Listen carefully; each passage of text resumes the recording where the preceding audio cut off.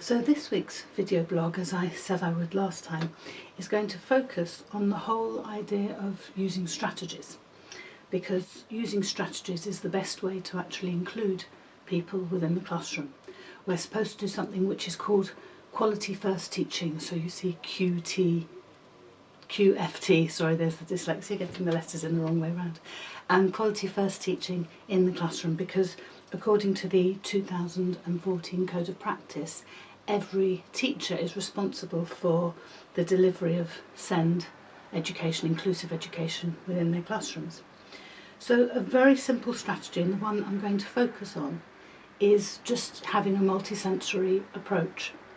It's been very long established and well established that a multisensory approach is important when teaching dyslexics, for example, and I am focusing on dyslexia still. The important thing to know is that any strategies we use in the class don't just help those who we have identified as having a need for certain strategies. They will support others as well. And that is a really important aspect of quality first teaching. So a multisensory approach is something which can be very easily misunderstood. Teachers can think they're delivering with a multisensory approach when actually what they're doing is they're being multisensory, but they're not really enabling the pupils to be multisensory. A good example of that I saw once. I was observing a lesson and the teacher was very dynamic, very active, and he was running around everywhere and doing.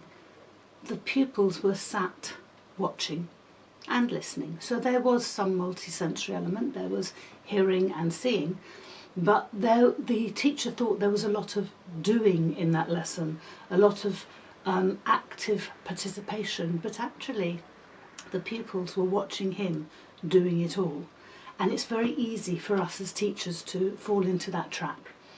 Also, if you're too sort of like, I'm here, I'm there, I'm doing everything, I'm all over the place, that can actually be very distracting for the pupils, because they sometimes need a central focal point. So it's important we think, when we think of multisensory education, we are very clearly thinking of it from the pupil's perspective. Excuse me. So how can we do this? One of the ways is to make sure that as we write things on the board, we speak. We get pupils actively involved, asking questions, answering questions, repeating things. Repetition is a very important and very worthwhile way of learning. It can embed things. For example, if I'm thinking about something and I'm just thinking of it in my head, I don't necessarily embed that thought. Whereas if I actually articulate it, I find it's easier to hold on to the idea and to make it concrete. And part of that is about the multisensory approach.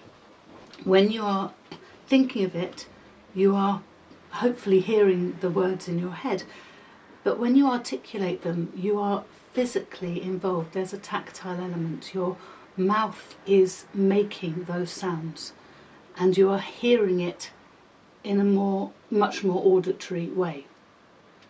So articulation is important, and for that we quite often have something we call subvocalization. That is where, as you're doing something, it's almost like muttering it. You say it quietly under your breath. So you might be writing something and you might be saying, I don't know, say it's a difficult word like listen, which has a silent T. You might write listen, so use your spelling voice, listen, as opposed to listen, and you'd write l-is-t-n, and actually say the sounds as you're writing it. That's a very good, subvocalization is a good way of supporting spelling for dyslexics.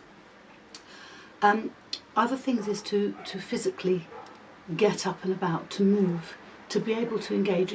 I've observed people in science lessons who can really struggle with the written word, but because they're involved in a practical demonstration of practical activity, they are more likely to remember it. They're doing it themselves. If you are trying to explain how to do something to someone and you just show them, they're just observing, possibly hearing. But if you get them to do it, first with a little bit of explanation as they're doing it, then there to just support them as they're doing it, and finally to watch in silence to check that they have actually got it right. That's a much better way of embedding it, allowing them to do it for themselves. So we quite often have TA support where we let the TA do the work. That's not actually helping the child. The TA is there to enable the child to do the work and to gradually become more independent in doing the work. Other examples of a multi-sensory approach would be to have visuals, not just words as visuals, but to actually have pictures. You can have that where pupils do mind mapping and they use words as well as images while they're mind mapping their work. You can do it where you put something on the board, but as well as putting the words on the board, you put little icons, little, and these days with interactive whiteboards in most classrooms, we can easily download, upload, whichever it is, download images that we can then have alongside the text as visual prompts. It may be that I can't remember what the passage was about, but I saw the picture of the cat and the dog and the lion, and I thought, oh yes, that was the passage about so-and-so. Those little images can just be triggers, and it makes it more multi-sensory if we widen the way we use the senses. It's not just about using different senses, but it's how we use them. Another example would be if I sit in the car and go on a journey and I'm a passenger, I can go on that journey 100 times, wouldn't be able to drive it. If I've driven that journey, probably with sat-nav, because otherwise I will probably get lost, but if I've driven that journey, I will have noticed landmarks differently. I will have noticed that there was a sharp turn because I had to turn the steering wheel myself. Just the car turning sharply because there was a sharp bend when I'm a passenger is not the same. If I've actually been driving it and I've turned the wheel, I've got a more solid concrete memory of that and peg on which to hang it. The same is true if we go anywhere. I can always find my way back to the car because I will have walked the route, I will have physically done it. So those multi-sensory approaches help. Another thing about multi-sensory which is often forgotten is the environment. The environment itself affects our senses. So taking some of the learning outside of the classroom. We've done one of the best bits of fantasy writing I ever got from a group of Year 4 children was when we went over to assembly and there was this deep, deep, deep fog everywhere. So when we came out of assembly, I was teaching Year 4 English straight after, and I said to a colleague who I often co-teach with and do a lot of team teaching with, I said, let's go out, we're doing fantasy next week, let's scrap today's lesson. And we went for a walk along the grounds, and we stopped every now and then and asked people what they could see, hear, feel. They were allowed to touch the grass, which was wet from the dew, and they were looking and they could see as we moved away from the school just vanished into the fog. It was fantastic. And we talked about it. We used similes, we used descriptive language, we used obviously lots of adjectives, but also, as I say, it wasn't just seeing it, it was physically feeling it, that feel of the fog on our skin. And when we went back to the classroom, the children in pairs talked about it, and then we talked about it as a class and everything else. And then the writing for that project was just phenomenal.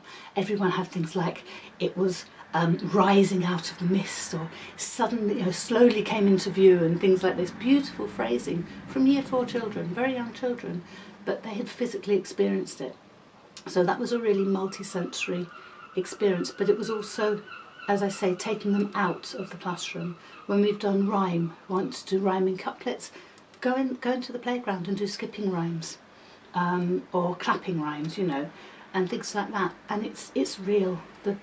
It's got other pegs on which to hang it. Singing it is another good way of getting things across, with rhythm. Singing, dancing, clapping, all these things make things more, with syllables. Fantastic. The thing where your chin touches your hand on every syllable. So instead of saying, you can clap it, clap with my squirrel here, fantastic, or you can do it where you go fantastic, and each syllable will tap the chin. And that's good because it's very multisensory, and it's multisensory near to the mouth where the word is being articulated.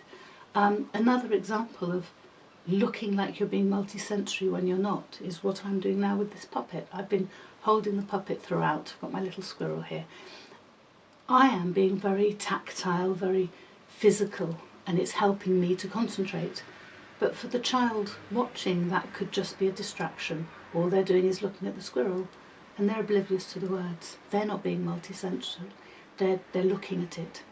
They're not feeling it. I've got this beautiful feel of the rough fur of the tail and the smooth fur of the body. But the child hasn't if I'm using the puppet. So it's about making sure that when we say we're being multisensory, we truly are. Thank you.